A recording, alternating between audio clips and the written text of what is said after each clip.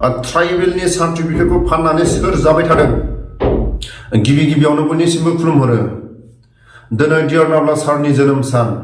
गुवाहाटियाव थानाय एक्स-एन-डि-बिफ्रा दसे उनाव डियार नाब्ला सार थानाय जेलाव केक लानानै थांगोन। रायजो राजाफोरनि खाथियाव भिडिअनि गेजेरजों दिन्थिनो थाखाय भिडिअ लानो मोना, फट' खेबनो मोना, जोबोद दुखुनि बाथ्रा। लोगोसे डियार नाब्ला सारनि जोनोम सानखौ गुबुन जायगायाव थाय जायगायाव फालिनाय जागोन। गुवाहाटियाव थानाय जोबथेसालियाव गुवाहाटियाव थानाय एक्स-एन-डि-बिफ्रा डियार नाब्ला सारनि खाथियाव थांनानै डियार नाब्लानि जोनोम सानखौ खुंनाय जागोन। नाथाय रायजो राजाफोरनि खाथियाव भिडिअनि गेजेरजों दिन्थिनो थाखाय राहा गैया। लोगोसे आं फोरमायगोन दिनैनि समाव फोरमायगोन ट्राइबेल सार्टिफिकेटखौ फाननानै सोर जाबाय थादों? सोर जाबाय थादों? नैबे आंनि साखाथियाव थानाय मुदाहि साननैसो सिगां सरनिया जातिफोरनो सार्टिफिकेटखौ होनानै जोबोद नारा नाथा जाय हिरा सरनिया बिथांनो बा सोरनोबा जायफोर सरनिया बिथांमोननो जोंनि जाय ट्राइबेलनि गोहो खुंथायाव जायफोर बिबान लानानै दं, ट्राइबेल संघनि जायफोर बिबान लानानै दं, बिथांमोना जोबोद बेफार मावदों नामा? बे सार्टिफिकेटखौ लानानै बेफार मावदों नामा? नाथाय जोंनि खोनानो मोननाय जोंनि माखासे जायफोर ट्राइबेल संघनि बिबानगिरिफ्रा सासे मानसियानो जुदि 10 बोसोर, 20 बोसोर, 30 बोसोर, 40 बोसोर अब्ला बोरै जौगाहोलांगोन? सासे मानसियानो जुदि 30 बोसोर, 40 बोसोर, 10 बोसोर जुदि बिबानखौ लायोबा भुला जाखागोन। जोंनि खोनानो मोननाय, जोंनि नुनो मोननायाव जाय खाख्लारि बिथांनि मुंखौ गुवारै फोरमायाबाबो बुजिखायो। अदितु खाख्लारि जोबोद गावनि बिबानखौ लानानै सार्टिफिकेटआव मुंफोरखौ, उपाधिखौ अरिजिनाल ना डुप्लिकेट? जोंनि बर' हारिनि जायफोर गोख्रों आफाद, बर' हारिया गैयाबाथाय ट्राइबेलाबो गैला। बिनि थाखायनो जोंनि बर'नि जायफोर गोख्रों आफादनि गेदेरमा दैदेनगिरिफ्रा जाय ट्राइबेल संघनि बिबानगिरिफोरखौ बडि सोलायना होनांगौ, बिथांमोननि बिबानखौ सोलायनानै होनांगौ। साननैसो सिगां जोंनि गेदेरमा बर' हारिनि सिनियर जनकलाल सारजों लोगोसे जायफोर सान हर खस्थ' खालायफादों, बिथांमोना जोबोद दिल्लीलाय गुवाहाटिलाय जिरायनो मोनाखै। मालाबा समाव दिल्ली, मालाबा समाव गुवाहाटि, मालाबा समाव क'क्राझार कर्ट कासारि खारदिंनो गोनां जादों। साननैसो सिगां जायफोर सरनिया बिथांमोननो सार्टिफिकेटखौ सोरबा ट्राइबेल संघनि सार्टिफिकेट जायफोर हरग्रा बिथांमोना मा गोरोन्थि मावदों? बिथांमोननि गोरोन्थिनि थाखाय जनकलाल आरो जायफोर गेदेरमा दैदेनगिरिफ्रा खारदिंनो गोनां जादों। आरो नैबे साखाथियाव थानाय बे सार्टिफिकेटखौ सोर अथरिटि होलायखो? सोर फानना जालायखो? बिनि थाखाय सानथाम ना सानब्रै जाबाय क'क्राझार जिल्लानि कर्टआव बा डिसिनि आखायाव केसखौ होनो गोनां जाबाय। जायफोर जोंनि ट्राइबेलनि गेजेराव जाय बिथांमोना ट्राइबेलावनो नङा बा ट्राइबेल नंखाया, जायफोर मदाहि लिरग्रा बिथांमोनखौ आरो जोंनि ट्राइबेल संघनि बिबानाव जायफोर दं, जायफोर कास्ट सार्टिफिकेट हरनो हाग्रा बिथांमोना फाननानै जागासिनो दं। रोखा खालायनांगौ जायफोर सार्टिफिकेट फाननानै जाबाय थाग्रा, रोखा खालायनांगौ। बे खाख्लारिनि नाम दं। खाख्लारिया सोर? गोनां जायोबा सोरबा खाख्लारि, सोरबा ट्राइबेलनि सार्टिफिकेट फाननानै जाबाय थाग्रा मानसिखौ होसोनो गोनां जागोन।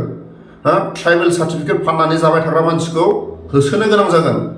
लोगोसे आं खावलायो जोबथारनायाव आसामनि जायफोर गेदेरमा दैदेनगिरिफोर, गुबुन जातिफ्रा, इन्डियानि गुबुन माखासे दैदेनगिरिफ्रा बुङो बर' हारिया गैयाबा बा ट्राइबेला गैयाबा आसामा मुस्लिमनि राज जागौमोन। बेबायदि बुङो। बर' हारि गैयामोनब्ला मुस्लिमनि गेदेरमा जायफोर गुबुन जनजातिनि दैदेनगिरिफ्रा बुङो, इन्डियानि गिदिर मानसिफ्रा बुङो आसामा बर' हारि गैयामोनबा बा ट्राइबेल हारि गैयामोनब्ला आसामा मुस्लिमनि जायगा जागौमोन। बा आसामखौ मुस्लिमफ्रा सालायगौमोन। बर'फोरनि थाखायसो दमन जानानै दं। जोबोद माखासे गारबोनाय समाव बाख्नायदोंमोन इन्डियानि गेदेरमा दैदेनगिरिफ्रा, जायफोर आसामनि गेदेरमा दैदेनगिरिफ्रा बर' हारि गैयाबा, बर' जाथि गैयाबा आसामा गैला, बर' हारिया जोबनाय लोगो लोगो मुस्लिमनि जायगा जागोन, मुस्लिमनि सासन जागोन, बेबायदि बाख्नायदोंमोन। अब्ला दिनै ट्राइबेलनि माखासे सार्टिफिकेटखौ लानानै बर'फोरनि जनसंख्याखौ खमायनानै सोरबा बर' हारिनि माखासे जनसंख्याखौ दमन खालायनानै, सोरबा मुदाहिखौ ट्राइबेल बानायनानै, सोरबा सरनियाफोरखौ ट्राइबेल बानायनानै बर'फोरनि जाय गोहो खुंथायाव दिनै जोंनि गेदेरमा दैदेनगिरिफ्रा जिरायदों, बे जोंनि बर'नि गोहो खुंथायाव थानाय गेदेरमा दैदेनगिरिफोरनि गादिखौ जोख्लायनो नागिरदों। बिनि थाखायनो जोंनि बर'नि जायफोर गोहो खुंथायाव दं, सोर खाख्लारि, सोर ट्राइबेलनि सार्टिफिकेट फाननानै जादों, बेखौ गोख्रों वार्निं होनांगौ। गोनां जायोबा सोरबा खाख्लारिखौबो होसोनो गोनां जानो हागौ।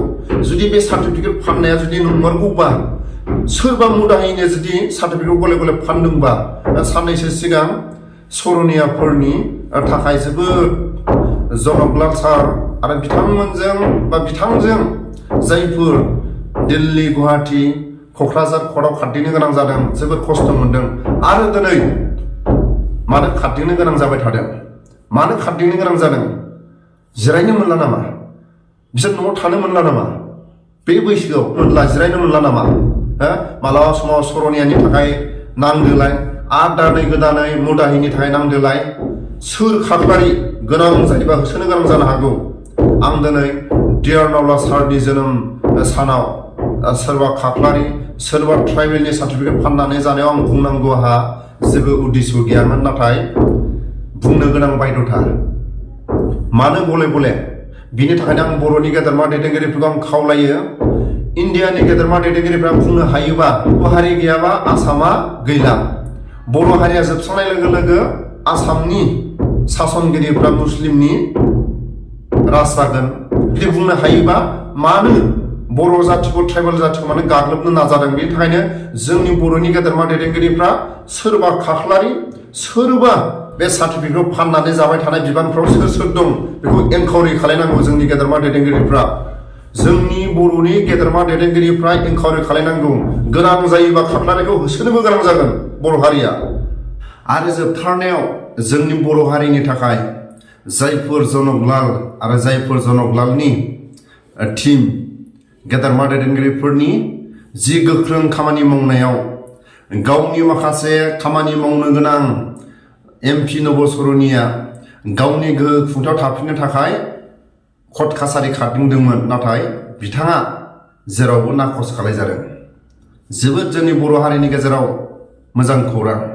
जोंनि खोनानो मोननाय आरो जनकलाल सारनि टीमनिफ्राय मोनथिनो मोननाय मथे नब सरनिया बिथाङा कर्ट कासारि खारदिंदोंमोन गावनि गोहो खुंथायाव थाफिननो थाखाय, गावनि सार्टिफिकेटखौ लानानै गोहो खुंथायाव आरो आगान सुरफिननो थाखाय। नाथाय बिथाङा मोनफ्रोमबो कर्ट कासारियाव नाखस खालायजादों होननानै बेबायदि खोनानो मोनदों।